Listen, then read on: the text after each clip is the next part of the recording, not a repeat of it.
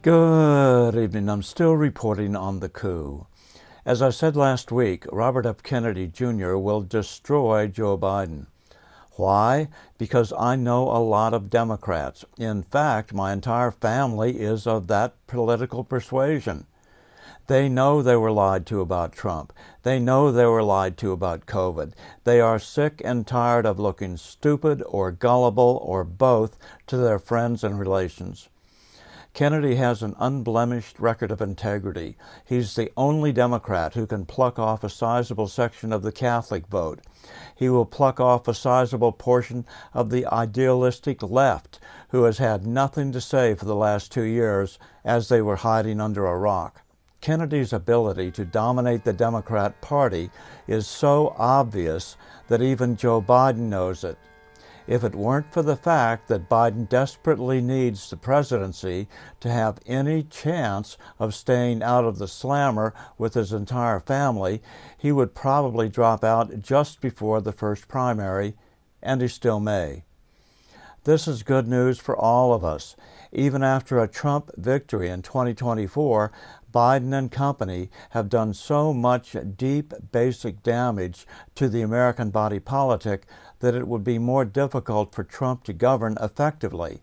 But with Kennedy as the nominee, large swaths of the swamp, including the most evil part of it, would flee Washington, hoping against hope that the long arm of a remade Justice Department will not be able to catch all of the evildoers of the last 6 years.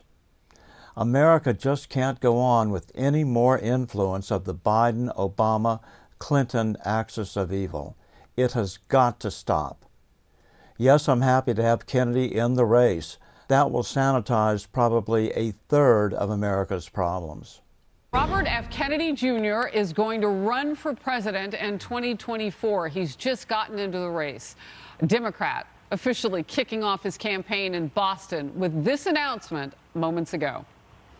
My mission over the next 18 months of this campaign and throughout my presidency will be to end the corrupt merger of state and corporate power that is threatening now.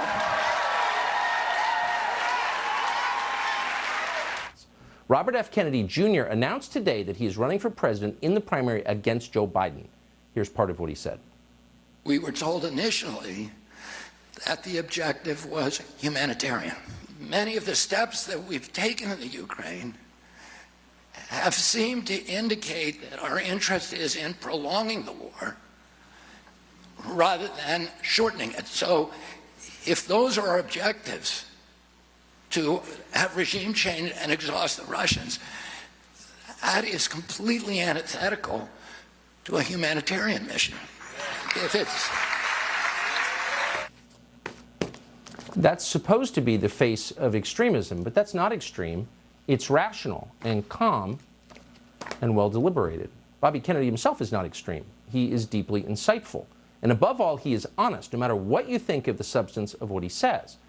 Here, for example, is his recent analysis of the Biden administration's foreign policy. Big picture. Quote, the collapse of U.S. influence over Saudi Arabia and the kingdom's new alliances with China and Iran are painful emblems of the abject failure of the neocon strategy of maintaining U.S. global hegemony with aggressive projections of military power.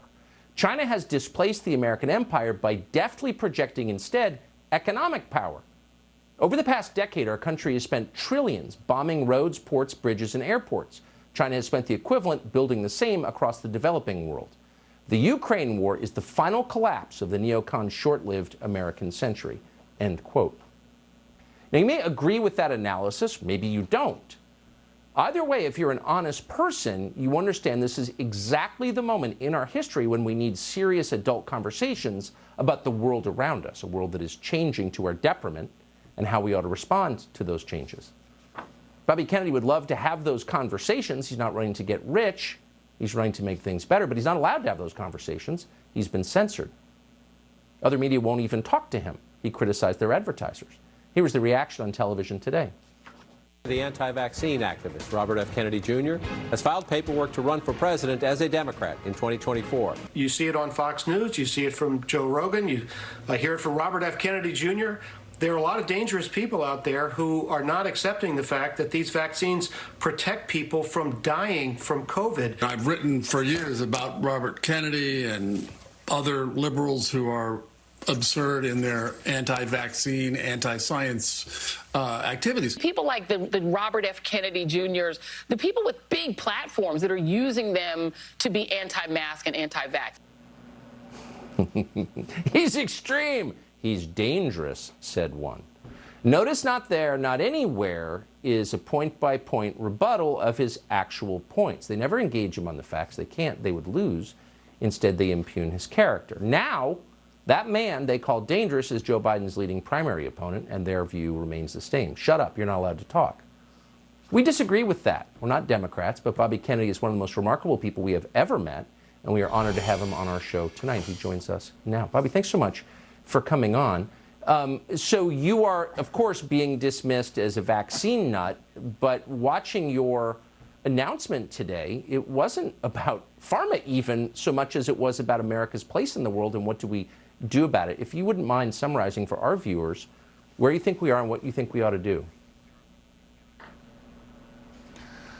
Well, I gave a long speech, Tucker, and thank you again for having me on. Of course. And for that very kind of an introduction. You know, I think that the general theme of my speech was this corrupt merger of state and corporate power, which is turning our country into a corporate kleptocracy, into a system of socialism for the rich, and this kind of a cushy socialism for the rich, and this kind of brutal, merciless capitalism for the poor. It keeps us in a state of war. It bails out banks at the same time that last month, the United States government told 30 million people it was cutting their their food stamp checks by 90%. It took 15 million people off of Medicare. The same month, it gave $300 million to the Silicon Valley Bank and tapped up the cost of the Ukraine war to $113 billion. We're sending $113 billion to the Ukraine. The entire budget of EPA is $12 billion. The budget of CDC is $11 billion. We have 57% of American citizens could not put their hands on $1,000 if they have an emergency. A quarter of our citizens are hungry. So we're cutting welfare and food stamps by 90%. And we're bailing out the bankers. We're paying for a war that, we can't afford. And with the way that we do this is by printing money. We've printed 10 centuries of money in the last 14 years. And that caused the inflation, which raises food, which is a tax on the poor. So, we've raised food prices for basic foods like chicken, dairy, and milk by 76% in the last 2 years. And now we're cutting people's food stamps and bailing out banks the same month. It doesn't make any sense. And we need to get rid of this kind of corporate control of our government. It comes from our democracy is devolving into kind of a corporate plutocracy. I would think that what you just said, and I'll just be honest, I agree with most of it. But even if I didn't, I would think, boy, that's a really interesting thing to say. You have a coherent worldview. You've written a lot of books on these topics. You've clearly thought about it. You're not in it for the money.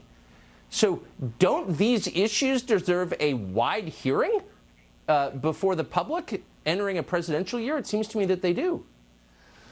I would think they would, and particularly the issues of war. And, my son went over and fought in the Ukraine, as I said today. I think people...